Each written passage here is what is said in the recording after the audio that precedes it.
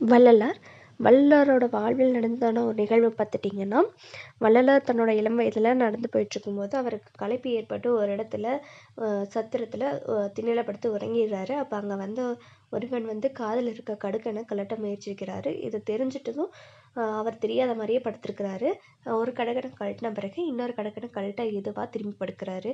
அவன் அதை கழட்டி முடிச்சு கிளம்பும்போது வள்ளலார் சொல்கிறாரு, இது வந்து தங்க கடுக்கன்கள், விலை குறைவாக வித்துறாத, நீ வந்து எடுக்கிறது எனக்கு முன்னமே தெரியும்.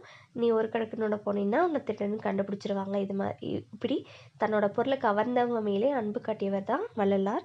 வள்ளலார் வந்து வள்ளலார் வந்து மக்களோட பசிப்பினியை கண்டு ரொம்ப உள்ளம் வாடியவர். அவர் என்ன சொல்கிறாருன்னா, வாடிய பயிரை கண்டபோதெல்லாம் வாடினேன் அப்படிங்கிற ஒரு வாக்கியத்தை சொல்கிறாரு. தன்னோட பெருமுயற்சியால் வடலூரில் சத்திய தர்மசாலையை தொடங்கி எல்லாருக்கும் உணவளித்தார். பசித்தோருக்கு உணவு வழங்கும் வள்ளலாரின் மனிதநேயம்